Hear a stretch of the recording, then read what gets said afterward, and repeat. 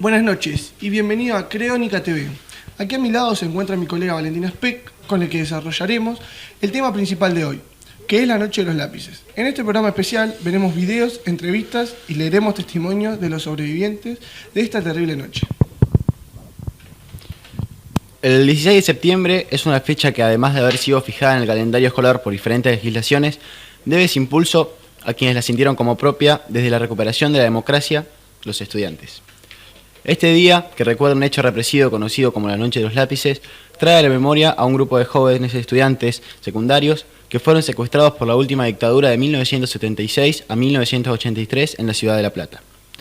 El operativo fue realizado por el Batallón 601 del Servicio de Inteligencia y el Ejército y la Policía de la Provincia de Buenos Aires, dirigida en ese entonces por el general Ramón Camps, que calificó el suceso como una lucha contra el accionar sucesivo en las escuelas. La fecha es hoy un aniversario de alcance nacional y el suceso es conocido mundialmente porque en él se sintetizan muchos de los elementos más profundos de las memorias sobre el terrorismo de Estado y porque se trata de un hecho que atacó centralmente a los jóvenes. Constituye un hito de la memoria social por el valor que tiene a reflexionar acerca de la construcción de esa memoria y sus transformaciones en función de los cambios del presente. A mediados de septiembre de 1976, en la ciudad de La Plata, un grupo de estudiantes secundarios fue secuestrado por las Fuerzas Armadas. Durante su secuestro, los jóvenes fueron sometidos a torturas en distintos centros clandestinos. 6 de ellos continúan desaparecidos y solo 4 pudieron sobrevivir.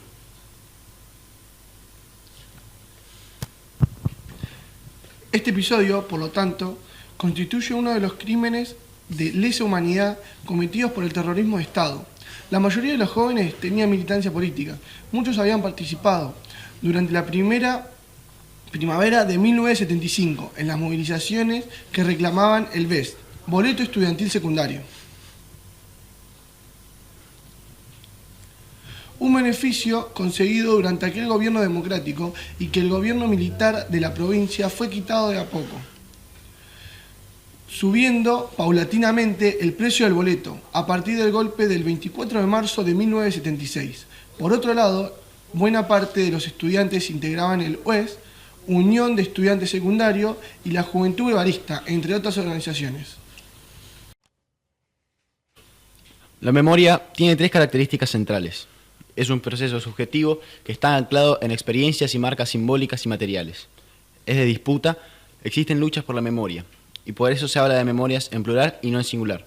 Es un objeto que debe ser historizado, porque el sentido del pasado va cambiando con la aparición de nuevos testimonios, nuevas pruebas judiciales y con los cambios de política y sociales.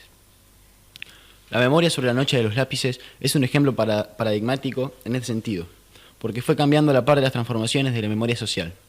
En primer lugar, el episodio fue conocido porque alcanzó resonancia pública durante el juicio de las juntas militares en el año 1985, cuando Pablo Díaz, uno de los jóvenes sobrevivientes, narró su historia ante la justicia. Un año después de ese testimonio, la historia de los chicos de la Noche de los Lápices logró amplificarse a través del libro escrito por los periodistas Héctor Ruiz Núñez y María Seoane, y la película basada en este dirigida por Héctor Olivera. A su vez, en aquellos primeros años de la democracia, la Noche de los Lápices funcionó como una bandera para los centros de estudiantes que volvieron a abrirse o se conformaron por aquel entonces. El episodio estaba protagonizado por jóvenes estudiantes, lo que provoca una fuerte identificación, y el peso del relato estaba en la lucha estudiantil por el boleto de 1975, una causa que puede convocar adhesiones aún hoy en día.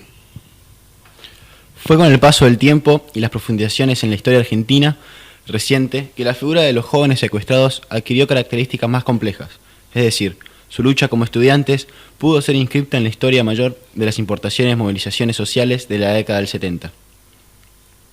Esto no relativiza el peso del aniversario, sino que por el contrario muestra el carácter vital que la memoria tiene, cuando las sucesivas generaciones se apropian de un hecho del pasado desde sus preocupaciones del presente. Ahora veremos un video para abordar mejor el tema.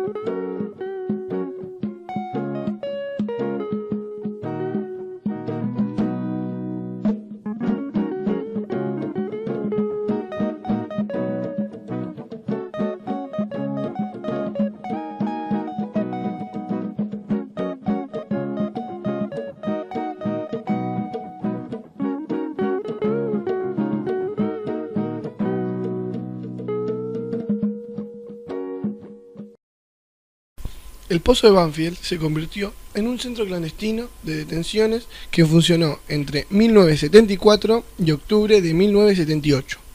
Está ubicada en las intersecciones de las calles Siciliano y Bernet de Banfield, a 2 cuadras del Camino Negro.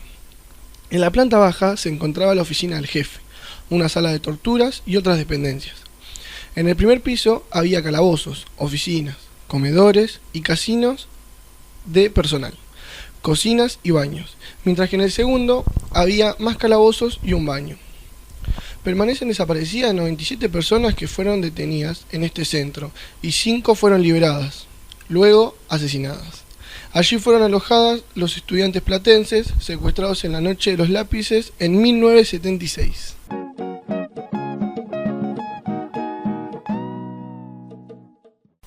El Pozo de Quilmes, o Chupadero Malvinas, dependencia de la Brigada de Investigaciones de la Policía de Buenos Aires, fue un centro clandestino de detención y maternidad clandestina argentino que funcionó entre agosto de 1975 y enero de 1979, en el marco del autodenominado Proceso de Reorganización Nacional que gobernaba el país.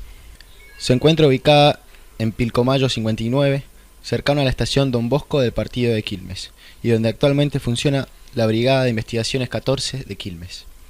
Las víctimas denunciaron la presencia del cura torturador Christian Vogt-Mernich entre noviembre de 1977 y febrero de 1978, y allí fueron secuestradas 251 personas.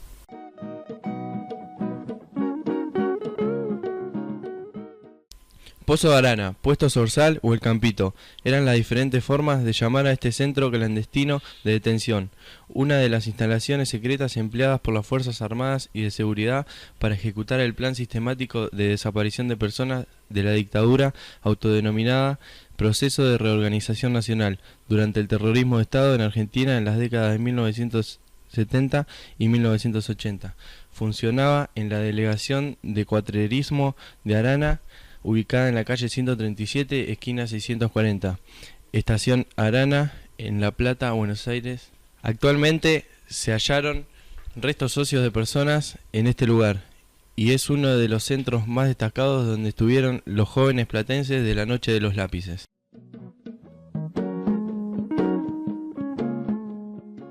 El centro clandestino de detención más famoso y casi emblemático de la última dictadura fue la Escuela Superior de Mecánica de la Armada, ubicado en el Casino de Oficiales, en Avenida Libertador al 8200.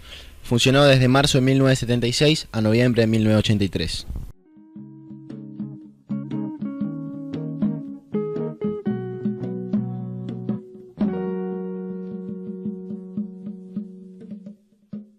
En coordinación federal se digitaba y organizaba la represión a militantes populares desde la dictadura de Onganía.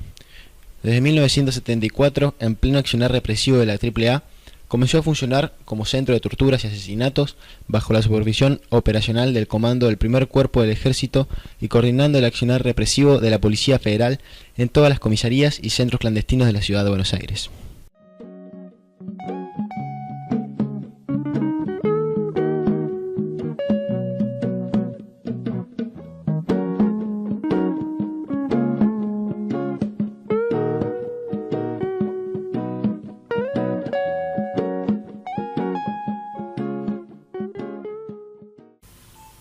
La verdad, muy buen video conseguido acá por nuestro productor Facundo. Y ahora pasaremos a hablar sobre las causas de la Noche de los Lápices. El arribo de la democracia en el mes de mayo de 1973, luego de un proceso de creciente enfrentamientos contra la dictadura militar que gobernaba desde junio de 1966, trajo consigo la interrupción en la vida política y social de los distintos sectores populares que había experimentado un crecimiento sustancial durante las luchas, entre ellos los estudiantes secundarios. En el movimiento estudiantil secundario se vivieron experiencias hasta ese momento inéditas en los referentes a participaciones políticas. En tanto, esta es atendida en un sentido partidario más o menos directo. El diario La Opinión editó en 1973 un suplemento dedicado al análisis de los fenómenos políticos entre los adolescentes. En dicho suplemento se publicaron los resultados de una encuesta que realizó el periódico entre 252 estudiantes. Se comprobó que el 30,3% de los jóvenes encuestados tenían algún tipo de participación política. La política había impregnado el conjunto de la vida estudiantil, dentro y fuera de los colegios. Las organizaciones políticas vieron incrementado notoriamente el número de sus militares y el grado de su influencia. Según el suplemento citado, las tres fuerzas más importantes son en este orden: la Unión de Estudiantes Secundarios, la Federación Juvenil Comunista y la Juventud Secundaria Peronista. La encuesta de la opinión revelaba también que en 1973 los estudiantes secundarios se inclinaban ante figuras emblemáticas de la izquierda, con la salvedad de Perón, quienes asumían para una porción amplia de los estudiantes, contorno casi revolucionario. Pese a todo, quien encabezaba las encuestas era el Che Guevara con el 67%, a continuación venía Juan Domingo Perón con el 66%, y a mayor distancia Salvador Allende con 19%, Fidel Castro con 19% también, Eva Perón con 17% y Mao Tse-tung con 16%. En esta encuesta queda por demás claro que para aquella generación de estudiantes los referentes revolucionarios y socialistas eran los que ocupaban más espacio en la conciencia estudiantil. En aquellos años se había alcanzado un nivel de conciencia, acción y participación bastante elevados, con lo cual el nivel de cuestionamiento al sistema capitalista era de por demás peligroso para la burguesía y los sectores reaccionarios de nuestro país. En la historia de nuestro país, como en el resto de América Latina, los golpes de Estado siempre estuvieron al servicio de la clase dominante del imperialismo. Pero el golpe de Estado de 1976 se podría caracterizar no tan solo como el más sangriento vivido en la historia de nuestro país, sino también como el más imperialista, ya que el estado político-económico que dejó la dictadura sirvió al imperialismo para garantizar su hegemonía en la región durante décadas.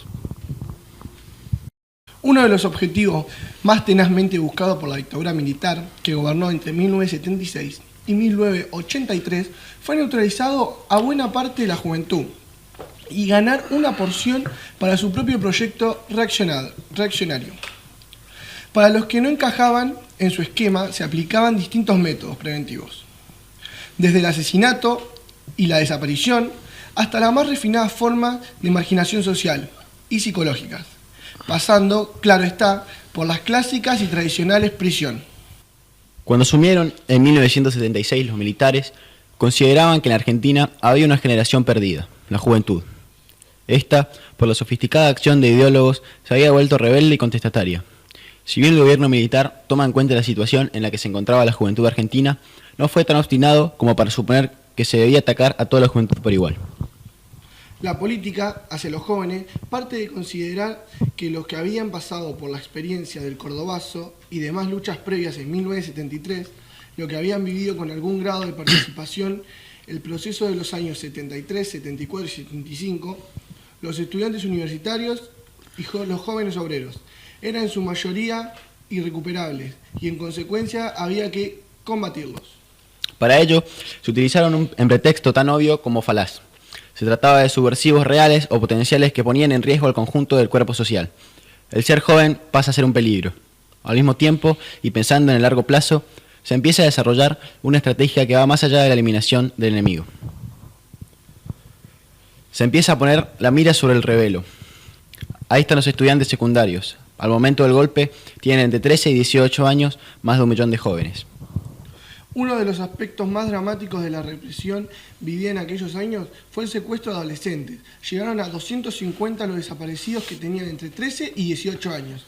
Claro que no todos estudiaban, muchos se habían visto obligados a abandonar la escuela para incorporarse al mundo del trabajo. Pero de los procedimientos utilizados surgen claramente, no se trataba de hechos aislados, sino de las investigaciones pormenorizadas en distintas escuelas. En una entrevista concedida a un grupo de padres, un coronel de Campo de Mayo les expresó que se llevaba a los jóvenes que habían estudiado en colegios subversivos para cambiarle las ideas. El 16 de septiembre de 1970, 10 estudiantes secundarios de la Escuela Normal 3 de La Plata son secuestrados tras participar por una campaña por el boleto estudiantil. Todos tenían entre 14 y 17 años.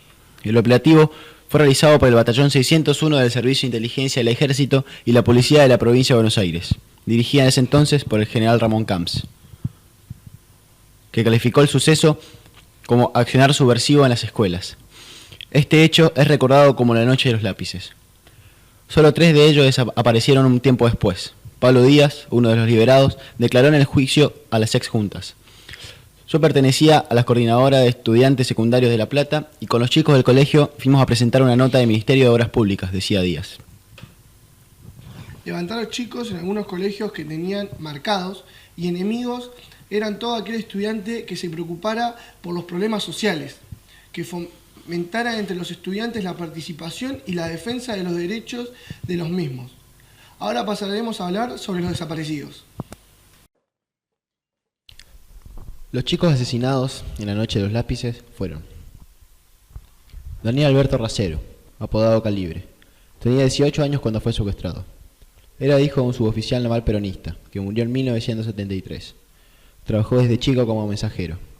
Cuando ingresó a la UES del Normal 3 de La Plata, escribió: encontré una trinchera para luchar por una causa justa. Realizó labores de vacunación, recuperación de viviendas y apoyo escolar en barrios pobres, y participó de la conquista del BES, boleto escolar secundario.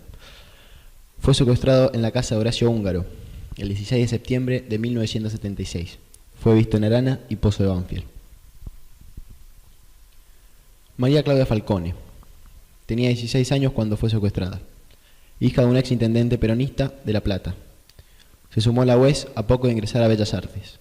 Después de 1973, participó en tareas de apoyo escolar y de sanidad en barrios pobres de La Plata. En 1975 participó activamente de la campaña por el boleto estudiantil. Fue secuestrada el 16 de septiembre de 1976 en la casa de su abuela paterna. Fue vista en los pozos de Arana y de Banfield. María Clara Ciocchini. Tenía 18 años cuando la secuestraron. Era alumna de colegios católicos, era scout de la parroquia y participó en la UES de Bahía Blanca. Debido a los crímenes de la AAA y el Consejo Nacional de Universidades en esa ciudad, a fines de 1975 se mudó a La Plata, donde se inscribió en Bellas Artes y se fue a vivir a la casa de Claudia Falcone. Fueron secuestradas juntas el 16 de septiembre de 1976. Fue vista en Arana y Pozo de Banfield. Francisco López Muntaner, conocido como Pancho. Tenía 16 años cuando fue secuestrado. Era hijo de un trabajador petrolero peronista, preso durante el Plan Conintes, que en 1973 se alineó con el sindicalismo ortodoxo. Francisco marchó contra la corriente familiar. Era hincha de Gimnasia y militó en la UES de Bellas Artes, de Banfield. Junto a Claudia Falcone, participó en trabajos voluntarios en barrios humildes y en la lucha por el BES en 1975. Fue secuestrado el 16 de septiembre de 1976 y fue visto en los pozos de Arana y de Banfield. Claudio de Hacha. Fue secuestrado cuando tenía 17 años. Sus padres eran trabajadores con ideas de izquierda y tras el triunfo de Cámpora participó de la toma del Colegio Nacional por su democratización. Tímido y gran lector, se incorporó a la UES luego de la muerte de Perón. Como todos, participó en las manifestaciones por el BES. Secuestrado el 16 de septiembre de 76, fue visto en Arana y Pozo de Banfield.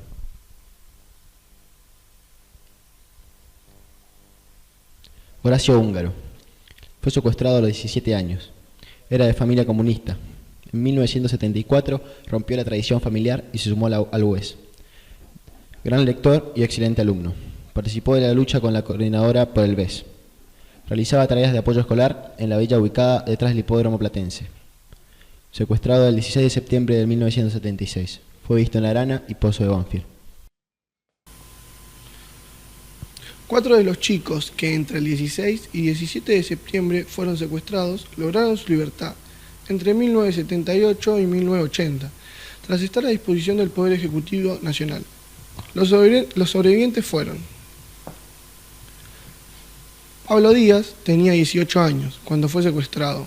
Era hijo de un docente universitario peronista de derecha. Fue expulsado de un colegio católico y estuvo en la Legión. Había militado en la UES, pero en 1976 en la Juventud Guevarista. Secuestrado el 21 de septiembre de 1976. Estuvo en Arana, Pozo de Banfield, Comisaría 3 de Valentín Alsina y U9 de La Plata. Gustavo Calotti, francés, fue secuestrado a los 18 años. Fue egresado del Colegio Nacional de La Plata, era cadete policial cuando fue secuestrado el 8 de septiembre de 1976. Había militado en la UES, pero en 1976 ya se había desvinculado y estaba más cerca de la agrupación de izquierda. Estuvo en Arana, Pozo de Quilmes, Comisaría 3 de Valentín Alsina y U9 de La Plata. Emilce Moller, con solo 17 años, fue secuestrada. Era militante de la UES en la Escuela de Bellas Artes. Era hija de un comisario, inspector retirado. Secuestrada el 17 de septiembre de 1976. Estuvo en Arana, Pozo de Quilmes, Comisaría 3 de Valentín Alsina y Devoto, a disposición del PEN hasta 1978. Patricia Miranda tenía 17 años cuando fue secuestrada. Era estudiante de Bellas Artes, nunca participó de la lucha por el boleto estudiantil, ni tuvo militancia política. Y así también fue secuestrada el 17 de septiembre de 1976. Nunca hizo la denuncia. Estuvo en Arana, Pozo de Quilmes, Valentín Alsina y Devoto. La Comisión Provincial de la Memoria registró varios ensayos de la Noche de los Lápices. El 1 de septiembre, y tras ser interrogado por el vicerrector del Colegio Nacional de La Plata, Juan Antonio Stormo, fueron secuestrados a pocas cuadras 4 alumnos.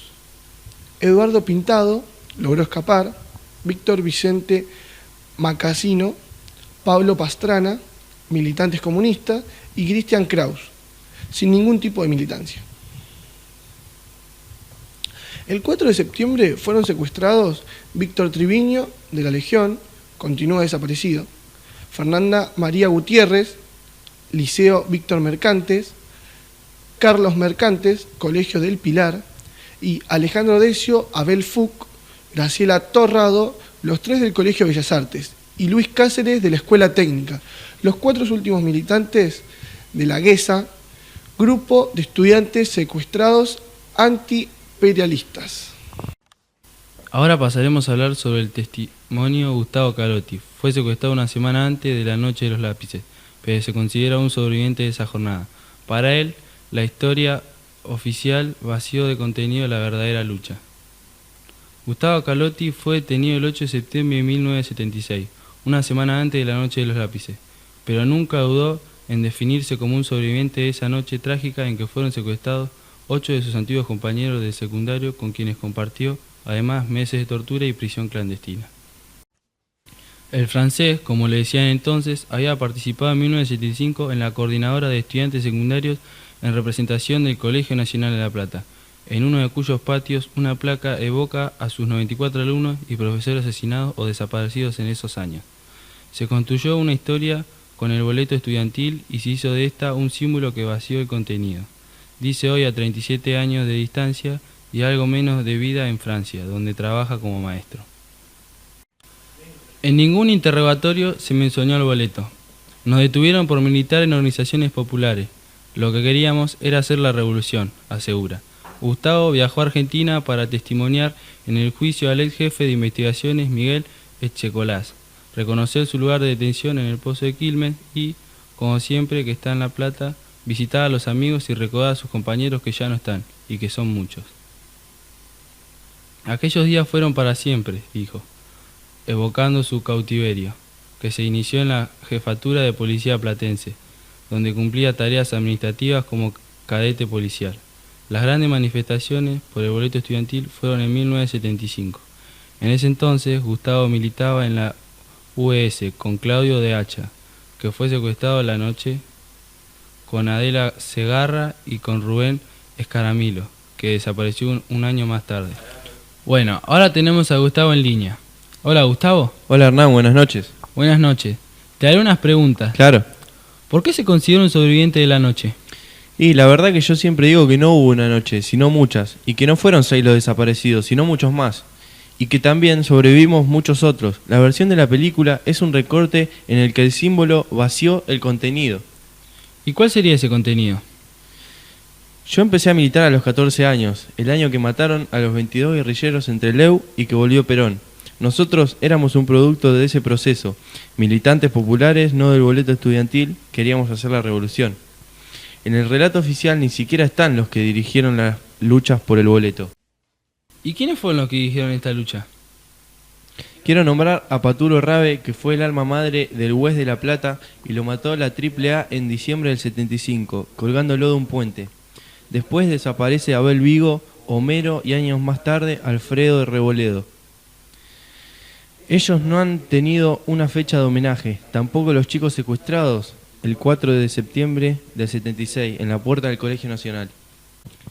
¿Y cuál era su relación con los chicos de la noche? Mi relación era la militancia, aunque yo ya había egresado.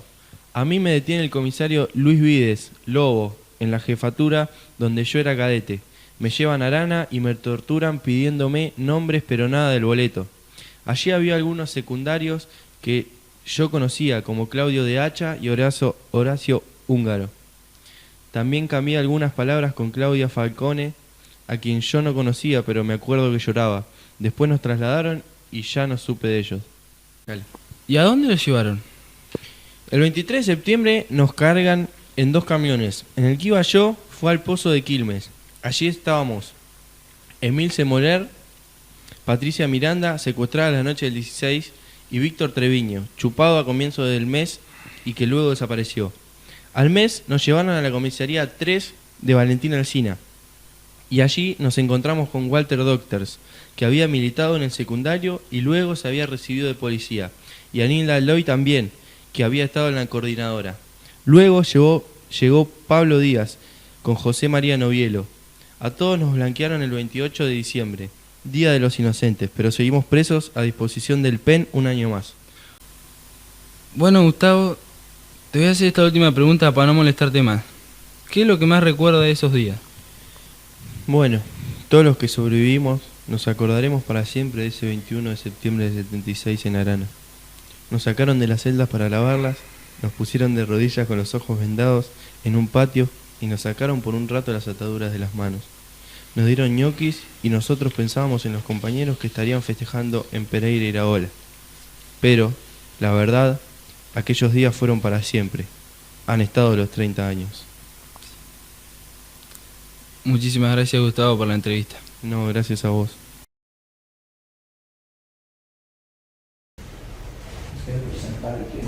Buen día, estamos aquí con Nilda Loy. Bueno, Nilda, buen día, gracias por su tiempo.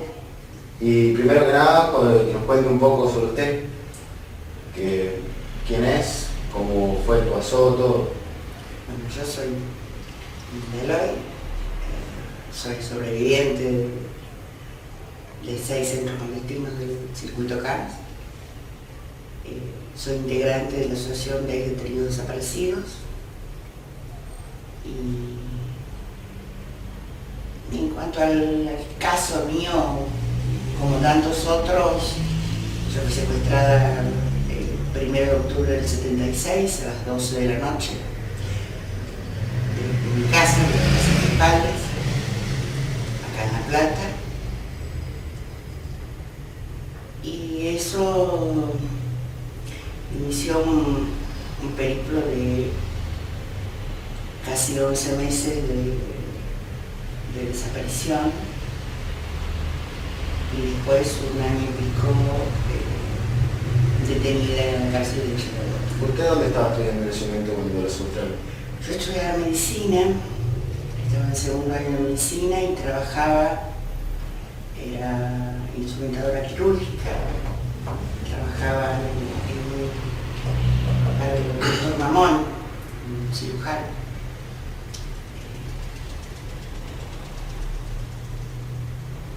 No tenía militancia orgánica, ni la había tenido. Pero eso no, digamos, eso no me sacaba de pertenecer total y absolutamente a mi generación. A ver, yo había hecho el secundario en el Bachillerato de Bellas Artes. Una escuela acorde a los tiempos, en el cual había una enorme participación, una escuela donde se nos enseñó que que discutir no era mala palabra, que pensar menos, que hacernos valer era lo lógico. Y yo estaba inmersa dentro de lo que era mi generación, o sea, nosotros éramos la generación que provenía de los 60, que creíamos que la revolución estaba a la vuelta de la esquina y que solo teníamos que hacer. Y en ese sentido, yo creo que todos participábamos, ya sea participando y hablando en una asamblea, o participando en una marcha, o participando en un plan de escolarización o de alfabetización. Era lo normal, fuera de la militancia orgánica. ¿Y en el momento en que fue secuestrado, usted tenía magnitud de lo que estaba pasando? No.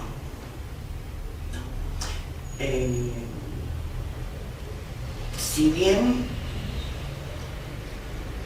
La Plata no era un lugar, digamos, no tener magnitud no significa que no sabías qué era lo que estaba pasando.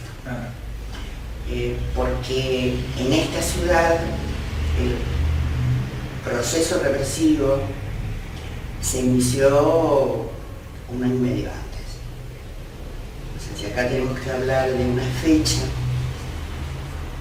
no es la del 24 de marzo, sino la del 8 de octubre del 74. Ese día se cierra la Universidad de La Plata. Habían sido secuestrados y son asesinados en hora de la mañana cuando aparecen sus cuerpos. El secretario académico y otro, H. y Miguel, de la universidad. Era la tercera universidad en el país que ya se cerraba. O sea, estábamos esperando que se cierre. Y a partir de ahí, o sea, la represión fue en un increciendo. Lo que pasaba hasta ese momento era, bueno, sí, secuestros, había fundamentalmente el accionar en La Plata de la CNU. Y se incrementó en el 76, pero digamos que era imposible ignorar lo que ya pasaba en La Plata. Lo que pasa es que la resolución de los casos era distinta. Digamos que hasta mediados del 76, o un poco antes, cuando un compañero era chupado, no usábamos la palabra desaparecido en ese momento, no se usaba. La resolución era cuestión de días, o sea, en pocos días o aparecía el cuerpo, o aparecía como detenido, o lo largaban. Esos tiempos, esos pocos días, que podían ser como un máximo a 10, 15 días, es lo que se modifica fundamentalmente a partir del 76. Esos tiempos se fueron prolongando, alargando, y se fue incorporando la figura de esos tiempos externos. Y de ahí es el concepto de desaparición. Eso que no tenés la resolución. Ni aparece el cuerpo, ni lo legalizan, ni lo largan.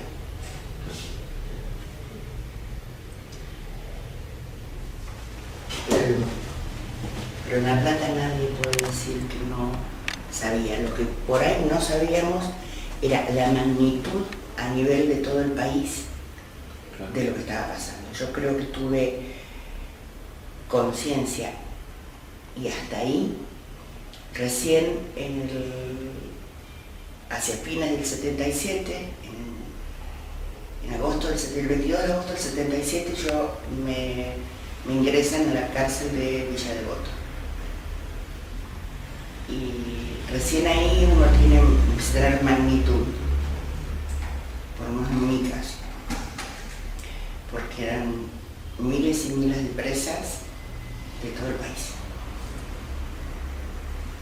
¿En qué centro clandestino estuvo y cómo eran los días? ¿Cómo pasaba los días en los centros? Bueno, yo, el primer lugar fue La Cacha, que es en Olmos, atrás de la cárcel.